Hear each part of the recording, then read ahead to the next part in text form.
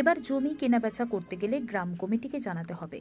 গ্রাম কমিটিকে না জানিয়ে কেউ তার ব্যক্তিগত জমি বিক্রি করতে বা কিনতে পারবে না, এমনই হুলিয়া জারি হলো পূর্ব মেদিনীপুরের শহীদ মাতঙ্গিনী ব্লকের ক্যাকটা এলাকায়।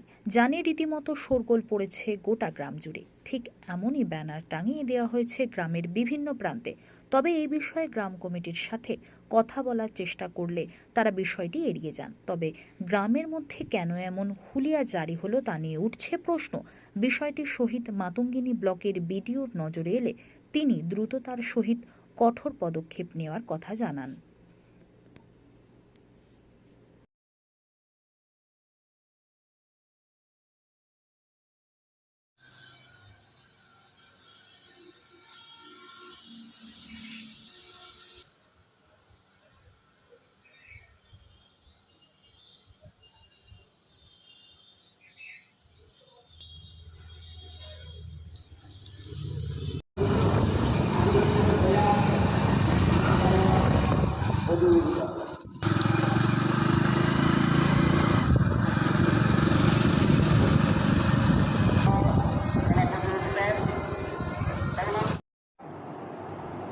স্যার, শহীদ মাতঙ্গিনী ব্লকের বেশ কিছু জায়গায় দেখা গেছে জমি সংক্রান্ত জমি কেনাবেচার ক্ষেত্রে একটি গ্রাম কমিটির তরফ থেকে একটা পোস্টার বিভিন্ন জায়গায় দেওয়া হয়েছে। কী বলবেন বিষয়টা?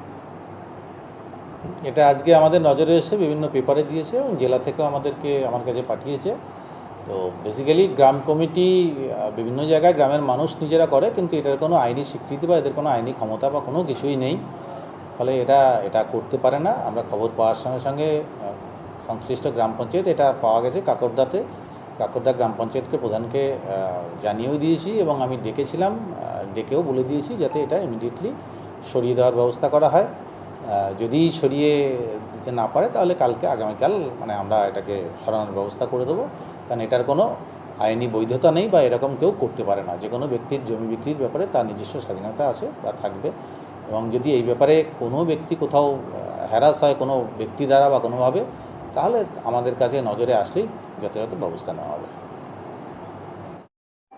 কাকটার বিভিন্ন জায়গায় জমি বিক্রি করা যাবে না এবং সেই জমি বিক্রি করতে হলে গ্রাম কমিটিকে জানানো হবে, এরকম বিভিন্ন ফ্লেক্স পড়েছে, কী বলবেন? তো এটা গতকাল আমি জেনেছি।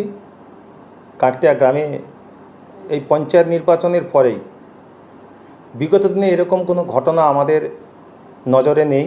এই পঞ্চায়েত নির্বাচনের পরে ওই গ্রামে পঞ্চায়েতে বিজেপি এবং ওই গ্রামে যারা গ্রাম কমিটির পদাধিকারী, সম্পাদক, সভাপতি, তারাও বিজেপির মনোভাবাপন্ন। তো আমি মনে করি এটা গৃহীত অন্যায়। ক্রেতা বিক্রেতা তাদের পৈতৃক সম্পত্তি, তারা কাকে বিক্রি করবে সেটা তাদের নিজস্ব ব্যাপার।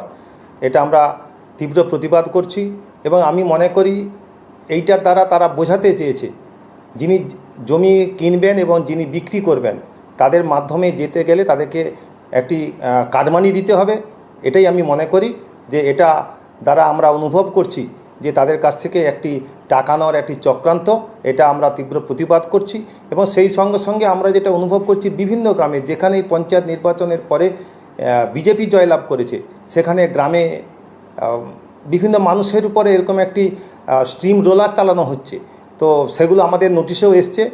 এই কাকটিয়া গ্রামের এই ঘটনা একটি প্রমাণ যে এখানে আমি গতকাল থেকে বহু সাধারণ মানুষের সঙ্গে বা আমাদের দলীয় সমর্থকদের সঙ্গে আমি কথা বলেছি।